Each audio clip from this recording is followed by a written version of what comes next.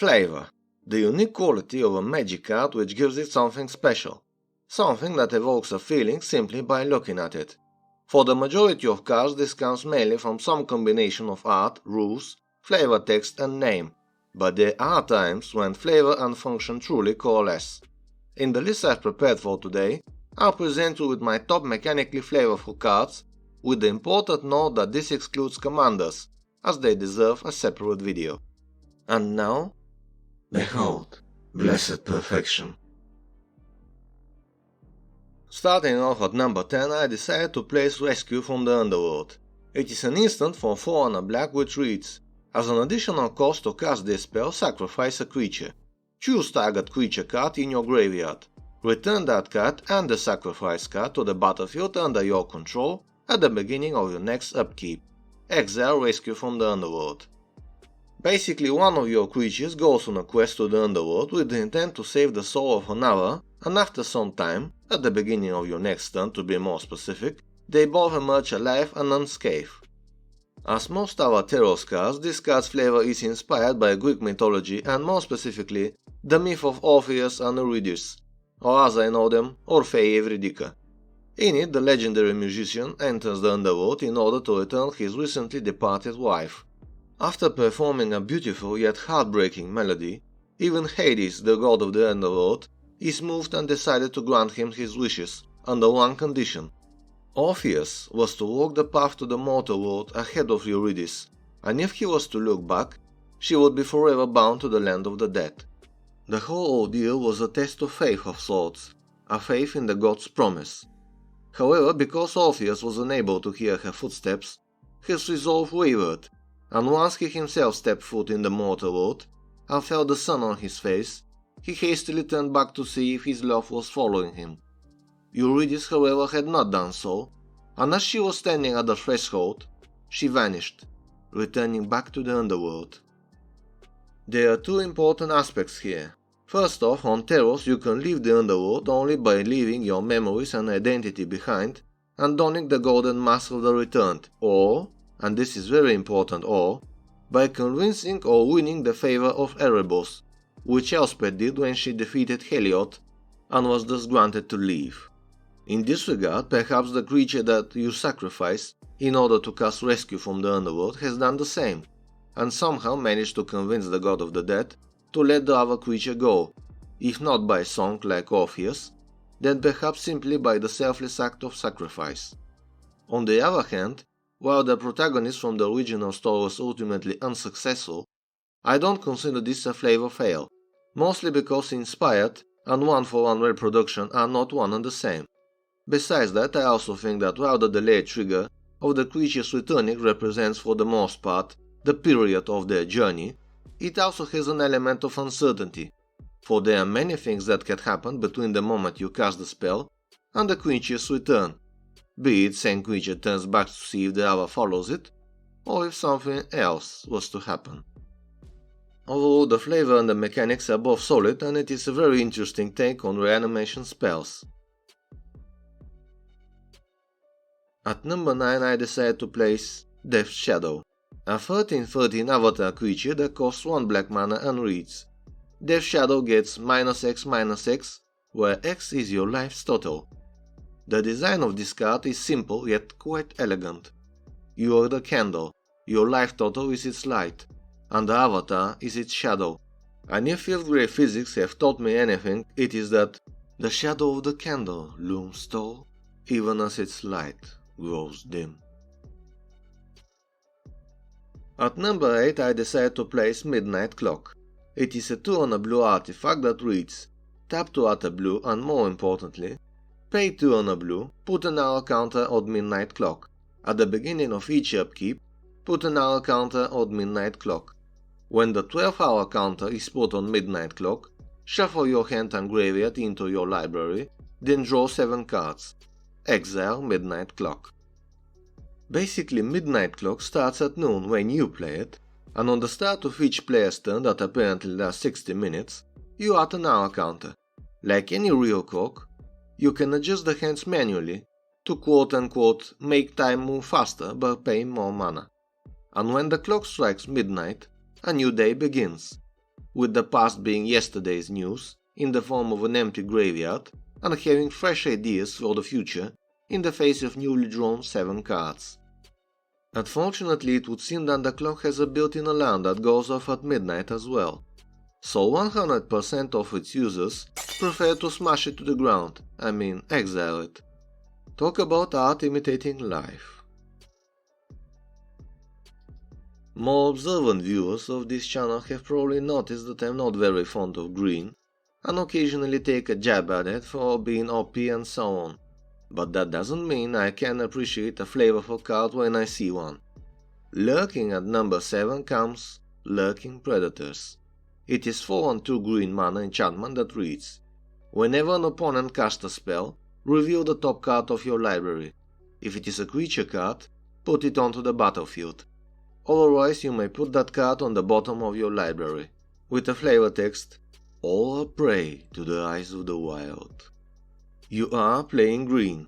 You are the master of wild beasts. The battlefield is your hunting grounds. Your opponents are the prey, and the only way for them to escape unscathed is to keep absolutely still. Any fancy arm waving or arcane babbling is sure to attract any predators lurking in the vicinity, sooner rather than later.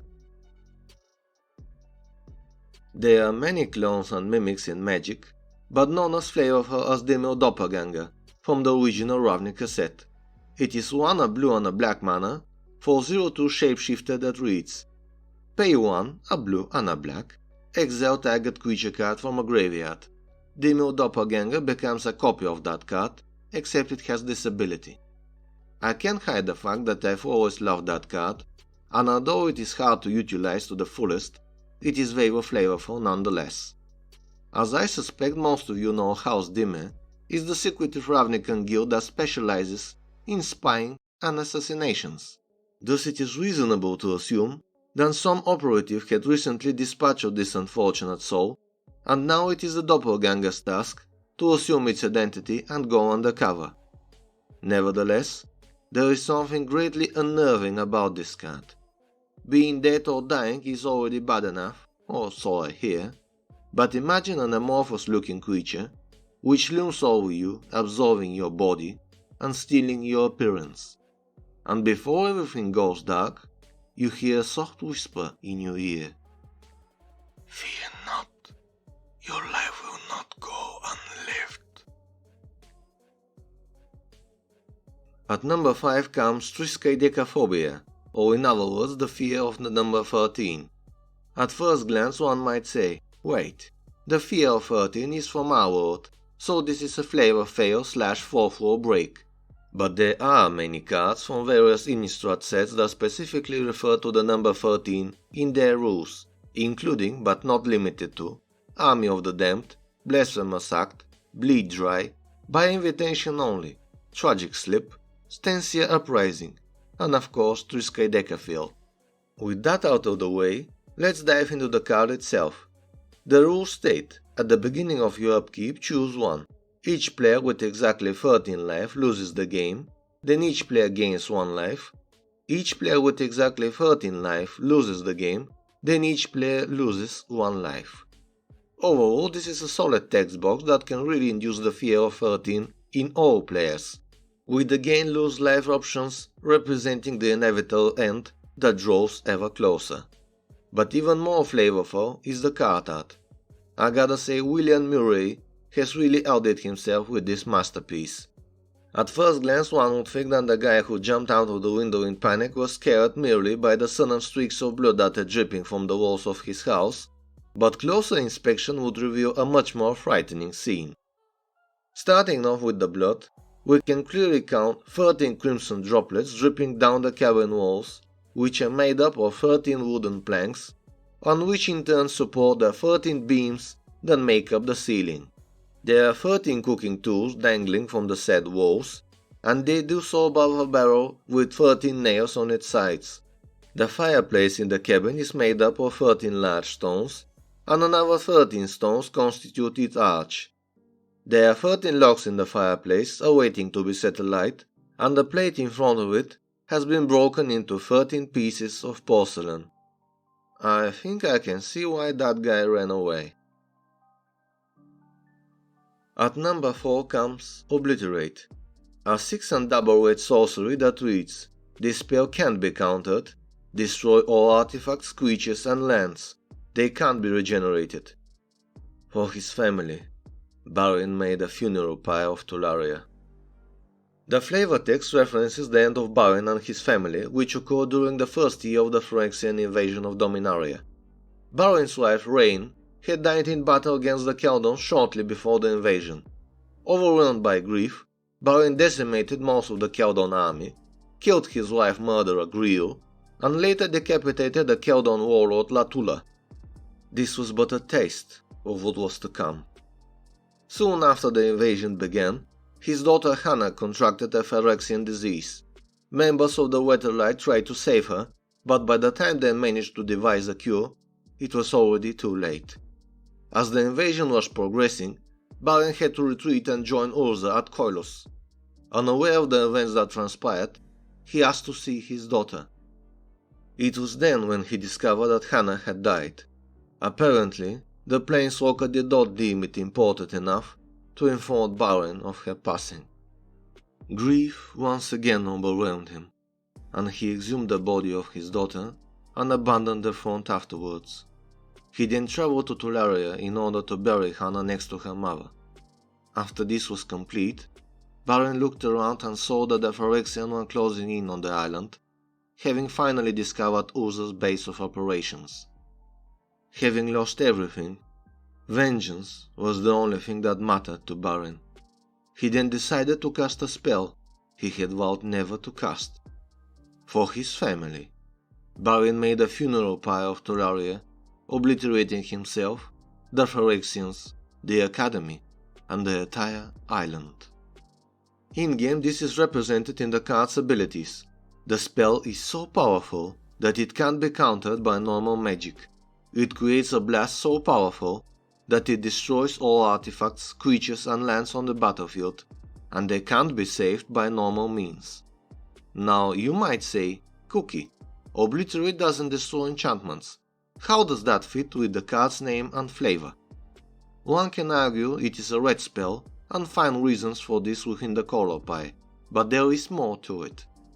Artifacts in Magic are predominantly physical objects, in contrast with enchantments, which are for the most part lasting magical effects.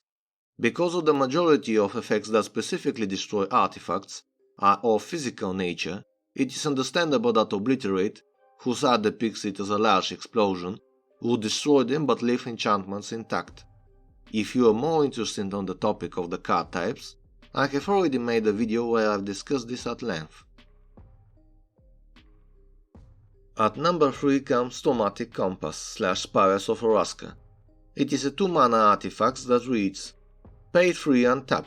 Search your library for a basic land card, review it and put it on your hand, then shuffle. At the beginning of your end step, if you control 7 or more lands, transform Tomatic Compass. When that happens, it transforms into a land called Spires of Oraska that can tap to end colorless, or tap to untap target attacking creature an opponent controls and remove it from combat. The Tomatic Compass was given to Oraska by Nicol Bolas to help her find the golden city of Oraska and retrieve an artifact that was kept inside. For this mission, he gave her a magical compass, which would help her in her search. When she arrived in Ixalan, she decided best to pose as a pirate captain, which would allow her to sail freely and search more easily. Before showing her the way to Oraska, however, the compass led her to a small island with a single inhabitant, one that wore a familiar face. When she saw Jace, Oraska initially wanted to petrify him, but upon realizing that he was no threat, moreover that he had lost his memory and behaved like a completely different person, decided to rescue him and let him join her crew. As the days passed, the two grew closer and closer, and eventually fell in love. Not long after that, the compass finally led the pair to the Golden City, but as it emerged from its hiding place deep underground, Jace fell, and since he became scared but couldn't place walk away, he regained most of his memories instead. So how does the card reflect this flavor? The automatic compass, as the name suggests, is a magical object. As such, you can invest mana into it, and it will show you the direction to a new land that you can explore in your search for the Golden City, meaning you can pay free and tap it to tutor for a basic land. The land that was shown to you, however, is just a direction, a vision of a land that you still have to visit, so it doesn't go to the battlefield, but instead it goes to your thoughts, or in gameplay sense, your hand.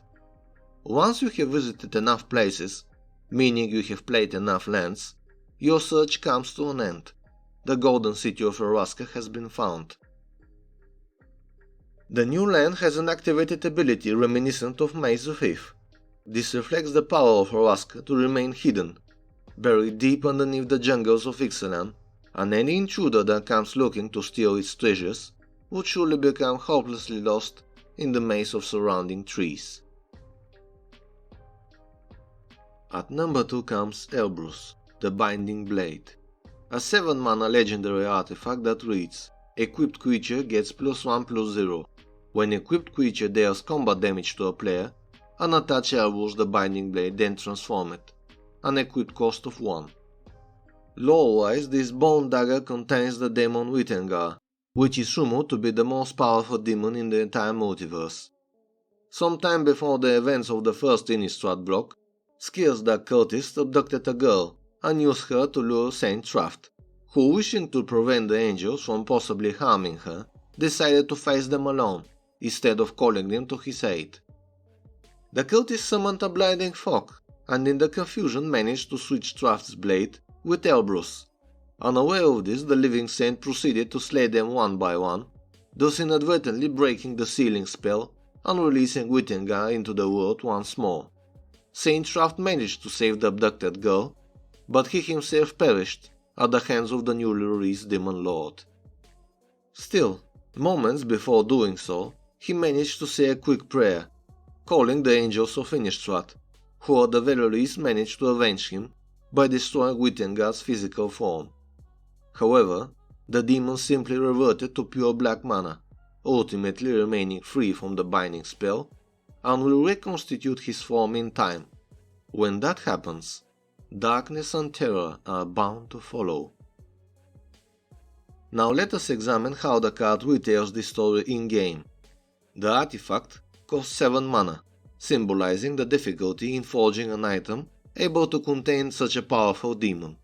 The attack power bonus is negligible, because this is a vessel made of bone and not a steel weapon of war. The equip cost, however, is very low, as once you touch the hilt, you soon hear a voice, beckoning you to use it. Once the weapon has tasted blood of sufficient quantity or quality, such as that of a planeswalker, it transforms, releasing the demon that was bound within. Behold, Wittengar Unbound, Slayer of Saint Traft, a 13/13 demon with Flying, Intimidate and Trample, that has the ability to double its size whenever a player loses the game, which reflects his bloodthirsty nature. Now the time has finally come to unveil the number 1 pick for the most mechanically flavorful card. The struggle for the top was fierce, but this card ultimately proved to be one from many, by force of will, forged by might, driven by fire, born by death, to rise eternal. Approach of the Second Sun. Described as a magical orb, the Second Sun is in fact natural to Amonkhet, and its significance was tied to the original trials of the 5 gods. Once Bolas repurposed the plane to suit his plans, he did so with the sun as well.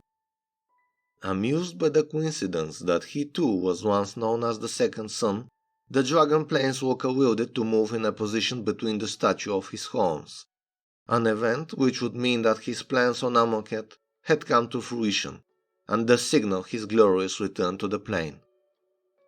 Now let us examine the card more closely. Approach of the Second Sun is a 7-mana sorcery that reads: if this spell was cast from your hand, and you've cast another spell named Approach of the Second Sun this game, you win the game. Otherwise, put Approach of the Second Sun into its owner's library, 7 from the top, and you gain 7 life. First off, the name. As I just mentioned, one of Bolas's name is the second son, and thanks to this coincidence the card name shows both the literal approach of Amonkhet's second son between the Horns monument, but also the approach of the god Pharaoh himself. The card costs 7 mana.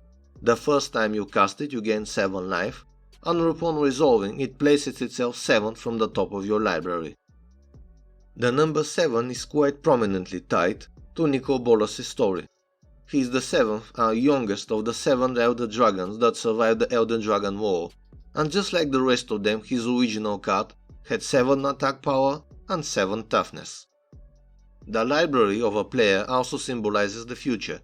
Thus placing of the card, 7th from the top, goes to portray the actual approach of the second son and Bolas' endgame, or in this case the end of the game, which would come in 7 turns unless one, say, digs through time to speed things up.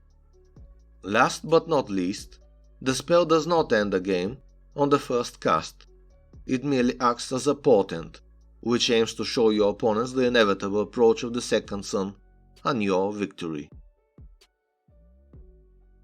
And that's it.